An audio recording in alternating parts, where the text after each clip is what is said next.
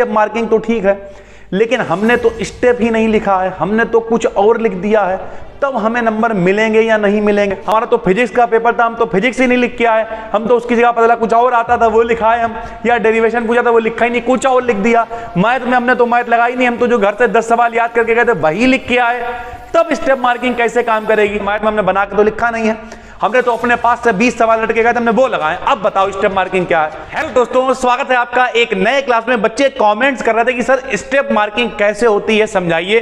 क्योंकि अब लगभग जितने भी एग्जाम आप देने जा रहे हैं, जितने भी सर किसी भी बोर्ड के, हालांकि सीबीएसई बोर्ड वगैरह ने तो पहले से ये पूरा प्रोसेस जो है वो फॉलो कर रखा है, लेकिन अभी आप जितने भी स्टेट बोर्ड्स हैं या फिर जो भी यूनिवर्सिटी से एग्जाम है, जितने भी एग्जाम आप देने जा रहे हैं, वो सारे के सारे आप स्टेप मार्किंग को फॉलो कर रहे हैं। तो क्या होता है ये स्टेप मार्किंग? सरल भाषा में कहें तो भैया स्टेप का मतलब तो चरण हो गया, और मार्किंग का मतलब क्या हो गया? मूल्यांकन हो गया, यानी स्टेप वाइज मूल्यांकन होगा। लेकिन अब यहां पे एक बहुत बड़ी कंफ्यूजन है, सर जी स्टेप मार्किंग तो ठीक है, लेकिन हमने तो स्टेप ही नहीं लिखा है, हमने तो कुछ और लिख दिया है, तब हमें नंबर मिलेंगे या नहीं मिलेंगे?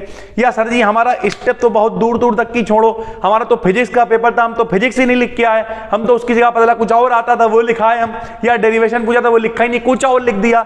मैथ में हमने तो मैथ लगाई नहीं, हम तो जो घर से 10 सवाल याद करके गए थे वही लिख के आए, तब स्टेप मार्किंग कैसे काम करेगी? तो इस पूरी वीडियो में हम डिटेल करने वाले हैं, बहुत डिटेल में समझाएंगे आपको, सारी आर्टिकल वगैरह कटिंग वगैरह हम आपके लिए लेके आए हैं। चलिए ब्लॉग कह रहे हैं सर, चलिए इस क्लास को शुरू करते हैं सर, ठीक है। सबसे पहले तो ये अपना अमर उजाला देखिए, सारे विश्वसनीय है, ऐसा कुछ नहीं उल्टी सीधी जगह से निकाल के लिया। क्या कह रहे हैं?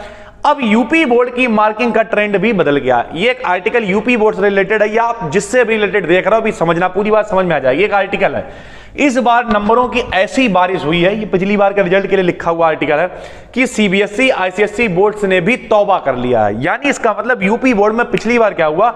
यूपी बोर्ड में पहली बार 90% या उससे ज्यादा मार्क से पास होने वाले स्टूडेंट की संख्या 10% के आसपास पहुंची। यानी अगर 100 लोगों ने पेपर दिया तो 100 में से 10 से भी ज्यादा लोग ऐसे थे जिनके नंबर 90% के करीब थे, जो एक बहुत बड़ा आंकड़ा होता था, ठीक है। इससे पहले यह संख्या कितनी 80 या 85% रहा करती थी। तो पहली बात हो गई सर, ठीक है। उसके बाद आपको यह समझना पड़ेगा कि किस तरीके से स्टेप मार्किंग होती है। ये सीबीएसई बोर्ड ने जो एक अपलोड करी थी टेबल, तो हमने एक आर्टिकल से निकाली है सर, ठीक है। तो इन्होंने प्रॉपर दिखा रखा, मान लिया 8वां क्वेश्चन है, ये 9वां है, ये 10वां क्वेश्चन है, ठीक है। तो अब 8वां क्वेश्चन मान लिया 2 नंबर का है, ध्यान से समझिएगा पूरी बात। अभी हम आपकी सारी बातें क्लियर कर देंगे कि अगर हमने सवाल लगाया ही नहीं है तब क्या बोला, ठीक है सर।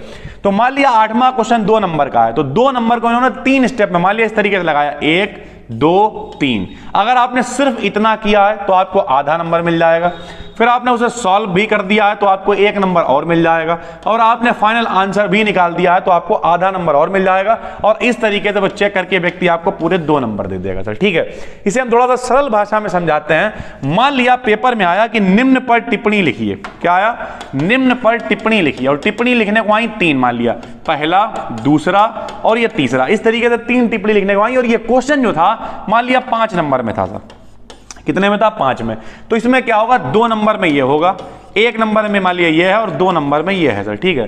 तो अब स्टेप मार्किंग ये कहती है कि जरूरी नहीं है आपका ये वाला लिखा है नहीं लिखा है, कोई मतलब नहीं है सर, ठीक है। आपको सिर्फ ये लिखना है। चलो ये तो एक अलग अलग पैटर्न हो गया। बाई चांस ऐसे आ गया नाइट्रिक अम्ल के निर्माण की विधि का सचित्र वर्णन करो, तो ऐसा नहीं, हालांकि फर्क पड़ता है। चित्र अच्छा बना होगा तो थ्योरी कब भी लिखी होगी नंबर मिलते हैं, लेकिन चित्र नहीं भी बना होगा तो ऐसा नहीं है कि आपको 0 मिल जाएगा, कुछ ना कुछ आपको नंबर मिलेगा। और जाहिर सी बात है, आप सोच के देखो पहले क्या होता था। पहले अगर हम लोग एक मोटा मोटा अंदाजा लगाएं तो पहले क्या होता था कि बाई चांस आपने पूरा सवाल लगा दिया और आखिरी में फाइनल आंसर आप नहीं ला पाए, तो ऐसे करके सवाल काट दिया जाता था। यहां तक कि मान लिया आपने फिजिक्स में कोई न्यूमेरिकल लगाया, आखिरी में न्यूमेरिकल वैल्यू हल नहीं कर पाए, आप मात्रक लिखना भूल गए, इस तरीके की छोटी मोटी आपने गलतियां की, काट के 0। लेकिन अब ऐसा नहीं होता है। अब क्या है? मात्रक आप लिखना भूल गए, आधा नंबर कट गया, इस तरीके की छोटी छोटी चीजें होती हैं सर, ठीक है। तो इस तरीके से नंबर देखिए आप स्टेप वाइज मिलते हैं, कि हर मतलब हमने आपको प्रॉपर टेबल बना के यहां पे दिखा दी है लगा के कि किस तरीके से होता है। तो स्टेप मार्किंग असल में एक मार्किंग स्कीम होती है, यानी आसान भाषा में कहें तो स्टेप मार्किंग असल में छात्रों को कॉपी जांचने में नंबर देने का एक तरीका है। इसमें पहले जहां हर प्रश्न का पूरा आंसर लिखने पर नंबर मिलते थे, वहीं अब उसके हर स्टेप पर नंबर दिए जाने की व्यवस्था की गई है। उदाहरण के तौर पर समझने की कोशिश करिए। क्या है उदाहरण समझिए सर। उदाहरण के तौर पर 5 नंबर वाला क्या है, उदाहरण के तौर पर 5 नंबर के प्रश्न को एक एक करके 5 खंडों में बांट देते हैं। अगर 2 स्टेप ठीक है उसके बाद स्टूडेंट ने गलत आंसर लिख दिया है तब भी उसे 2 नंबर मिल जाएंगे। ठीक है भाई, तो ये तो हो गया स्टेप मार्किंग का पूरा प्रोसेस। अब सर जी हमें ये बताइए कि हमारा तो स्टेप ही नहीं है तो मार्किंग कहां से होगी, ये सोचने वाली बात है ना कि स्टेप मार्किंग तो तब होगी सर जी आपने कहा कि भाई 5 लाइनें हैं, मतलब 5 स्टेप हैं, उसमें से 2 सही हैं तो 2 नंबर मिल गए।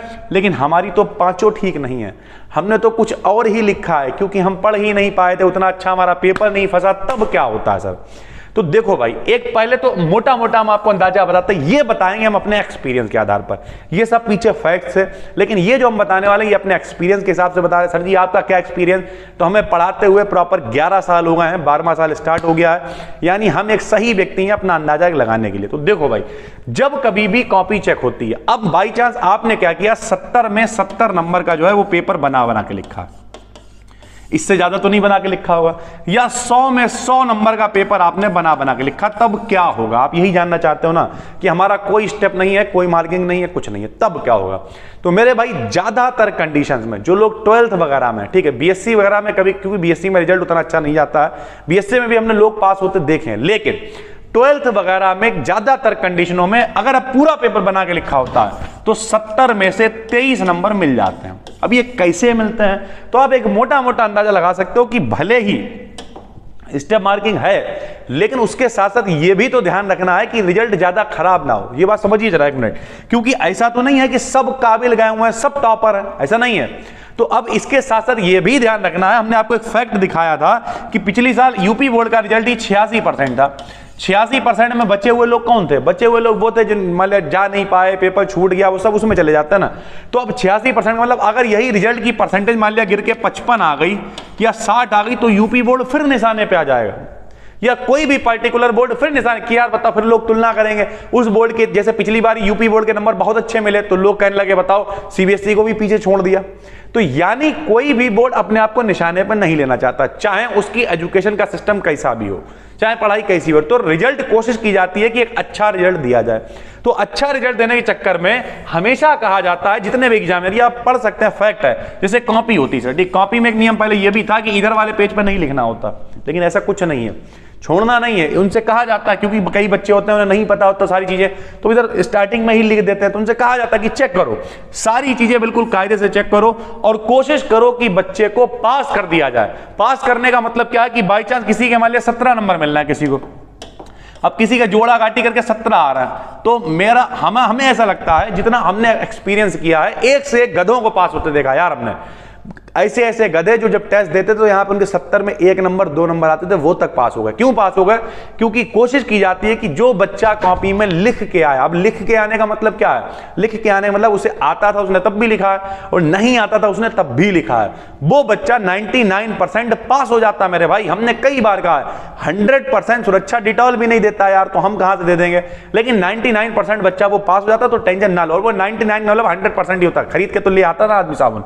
तो इस तरीके की चीज। अब बाई चांस 70 में 70 का अगर किसी व्यक्ति ने बना के लिखा है, इवन मैथ तक में उसने क्या किया है, मान लिया उसने ना स्टेप है ना सवाल है ना बना, बोले मैथ में हमने बना के तो लिखा नहीं है, हमने तो अपने पास से 20 सवाल लटके गए थे, हमने वो लगाए, अब बताओ स्टेप मार्किंग क्या है। तो भैया ऐसे टाइम पे भी हमने ज्यादातर केस देखे हैं कि 70 में 23 नंबर देके बच्चे पास कर दिए जाते हैं। उम्मीद करते हैं पूरा एक्सपीरियंस और पूरी बात आपको समझ में आ गई होगी। नए हैं तो चैनल को सब्सक्राइब कर दीजिए और ज्यादा टेंशन मत लीजिए, चिल करिए, कुछ सीख सकते हैं तो सीखिए, वरना जाइए कहीं घूम घाम आइए और वापस आके कमेंट करके बताइए जब रिजल्ट आपका आ जाए कि सर जी ने जो कहा था वो ठीक है या नहीं। बस दोस्तों फिर मिलते हैं, टेंशन लेने से वैसे भी क्या होगा, रिजल्ट का इंतजार करते हैं सर, ठीक है। कोई दिक्कत है नीचे कॉमेंट करके बताइए, फिर मिलते हैं एक नई वीडियो में, तब तक के लिए धन्यवाद।